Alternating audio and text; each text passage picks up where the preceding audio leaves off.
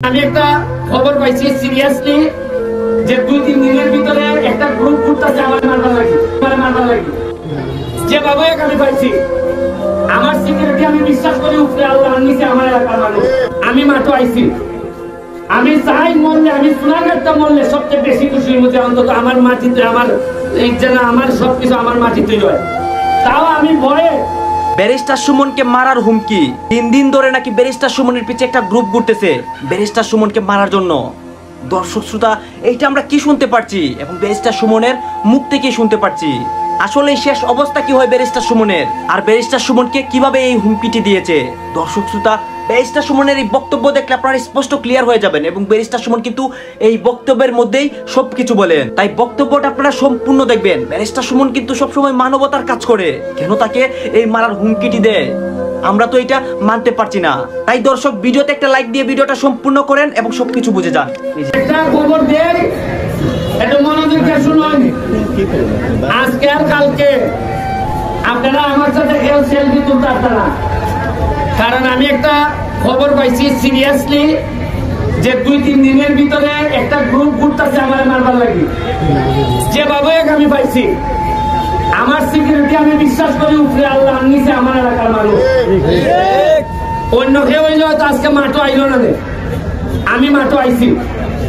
আমি চাই মরলে আমি সোনারগাঁটা মরলে সবচেয়ে বেশি খুশি হতে অন্তত আমার মাটিতে আমার এই যে আমার সবকিছু আমার মাটিতে হয় তাও আমি ভয়ে আমার কোনো কিছু কাজ আমি বন্ধ করব না।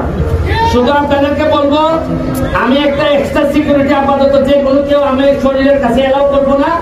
আপনারা আপাতত আজকে কালকে সেলফি তুলবেন না, কারণ গেলে ফিরানো যায় না। এখন অনেকে কে কোন মন নিয়ে যায় বোঝা যায় না, সবারই তো মনে হয় মনে আমার সোনারগাঁ বাদক করে, কিন্তু দেখা গেল এই মাত্রালো গা বা ইউনি সাথে এটা তো হইতে পারি না ওই যে রাসেল ভাই করছে না। আপনারা একটু আমাদের সেফটির লেগে চেষ্টা করবা, বাকিটা আমি উপরওয়ালার কাছে ছেড়ে দিছি। ব্যারিস্টার সুমন কিন্তু একটা খেলার মধ্যে যায়, ফুটবল খেলার মধ্যে, এবং সেইখানে কিন্তু সে এই কথাটা বলে এক এক করে এবং আরো অনেক বিষয় নিয়ে অনেক বক্তব্য দেয়। শেষের দিকে একটা ইম্পর্টেন্ট ক্লিপ দেখাবো এবং সেই ক্লিপের মধ্যে কিন্তু মূল কথা রয়েছে। আগে এই বক্তব্যটা কন্টিনিউ করেন। আমাদের মেহমানরা আসছেন মাননীয় আইনমন্ত্রী আনিসুল হক সাহেবের এলাকা কসবা থেকে আসছেন। আইনমন্ত্রীর সাথে স্বতন্ত্র এমপির খেলা নাকি, আর সাথে আসছেন আমাদের আজকে যেহেতু উনি বাইরে থেকে আসছেন অতিথি, উনি আমাদের প্রধান অতিথি। আমাদের যে নবীনগর উপজেলা ব্রাহ্মণবাড়িয়ার নবীনগর উপজেলার কৃতি সন্তান, যিনি এইবারের একজন এমপি ক্যান্ডিডেট ছিলেন, ব্যারিস্টার জাকির ভাই, উনি আমাদের মাঝে উপস্থিত হয়েছেন। উনার এলাকায় আমি 2বার গিয়ে ফুটবল খেলে আসছি আমরা, একবার উনি জিতছেন, একবার উনি হারছেন, আর 3বার মনে গেছে, 2বার। আজকে রেজাল্টটা কি হয় বুঝি না, তবে এদের প্লেয়ারদের লক্ষণ দেখা যাইতেছে এরা একটু তাজা মনে হইতেছে বেশি, কারণ আইনমন্ত্রীর এলাকা তো, আইনমন্ত্রীর এলাকা হওয়াতে এরা হৃষ্টপুষ্ট, আর আমরা তো হইলাম গিয়া স্বতন্ত্র এমপি।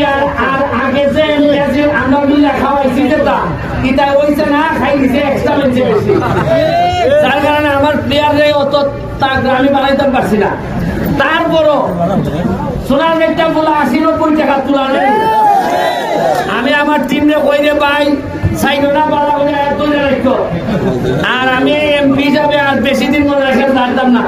এদিন আমার দাঁত ভেঙে গেছে, কিভাবে দাঁত ভাঙলে এমন গনি মারছে, এরপরে দাঁত ভাঙবায় শেখ হাসিনা বলবা কি তার দাঁত ফিরা ভেঙে দিচ্ছে তোমার, এবার এই জবাব আমি দিতে পারতাম না। আমি চেষ্টা করে যাইতেছি মাঠও থাকিয়া আপনারা লেগা ভালো ভালো খেলা আমি উপহার দিতাম চাই। আমি এখানে আছে আমাদের জাপানি মালিক ভাই লোকে আমার আপন ভাই বুঝতে পারবে, এই একটা মাত্র লোক যে কোনো ব্যাপারে মানছে মনে করে এমপিটা গেলে কিছু মিলবো, আর আমি মনে করি মালিক ভাইয়ের কাছে গেলে কিছু মিলবো।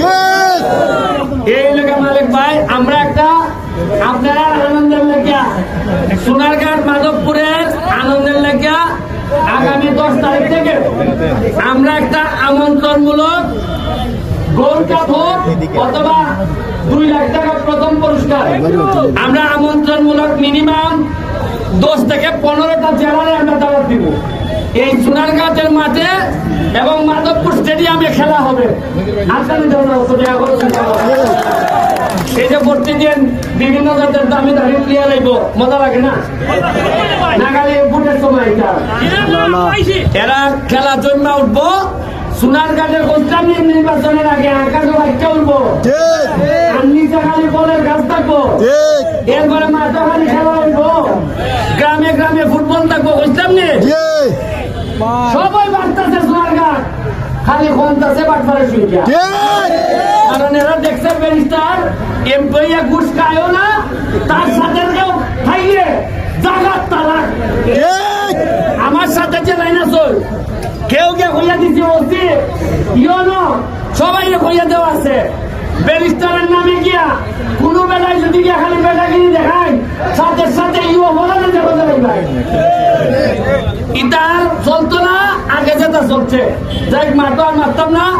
আশা করি ভালো খেলা হইব, আপনারা ভালো খেলা উপহার দিবা।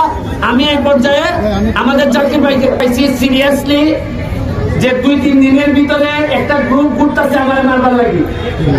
যেভাবে আমি পাইছি আমার সিকিউরিটি আমি বিশ্বাস করি উপরে আল্লাহ নিচে আমার এলাকার মানুষ। অন্য কেউ হইলে হয়তো আজকে মাঠও আইল না, আমি মাঠও আইছি। আমি চাই মরলে, আমি সোনারঘাটটা মরলে সবচেয়ে বেশি খুশি হইব যে অন্তত আমার মাটিতে আমার এই যেন আমার সবকিছু আমার মাটিতেই হয়। তাও আমি ভয়ে আমার কোনো কিছু কাজ আমি বন্ধ করব না।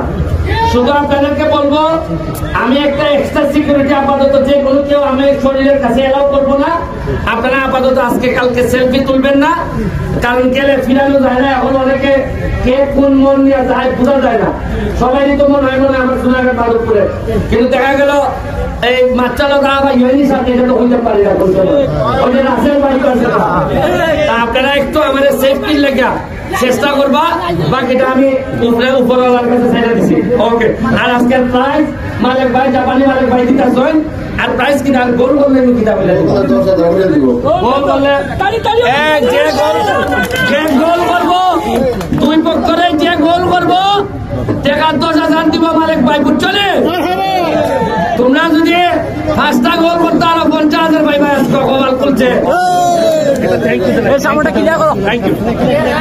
আপনারা তো দেখলেন গাইজ, ব্যারিস্টার সুমন খেলার মধ্যে গিয়ে অনেক বক্তব্য দেয় এবং সে কিন্তু এটা বলে তাকে মেরে ফেলার হুমকি দিয়েছে এবং সে কিন্তু সাবধানের মধ্যে রয়েছে 2-3 দিন যাবৎ। দর্শক শ্রোতা, ব্যারিস্টার সুমন কিন্তু ভালো ভালো কাজ করে, তাকে কে মেরে ফেলবে এবং কার এত সাহস? গাইজ, ব্যারিস্টার সুমনকে যদি মেরে ফেলে আমরা কিন্তু থেমে থাকবো না, আমরা সাধারণ জনগণরা প্রতিবাদ করব। গাইজ, ব্যারিস্টার সুমন ভাইয়ের মানবতার কাজগুলো আপনাদের কাছে কেমন লাগে? এবং ব্যারিস্টার সুমন ভাই এমপি হওয়ার পর থেকে যে কাজগুলো করছে সেই কাজগুলো দেখে আপনাদের কেমন লাগছে এইটা কমেন্ট বক্সে বলে যাবেন। এবং আপনাদের কাছে আমার একটা রিকোয়েস্ট থাকবে, আপনারা চ্যানেলটি সাবস্ক্রাইব করবেন।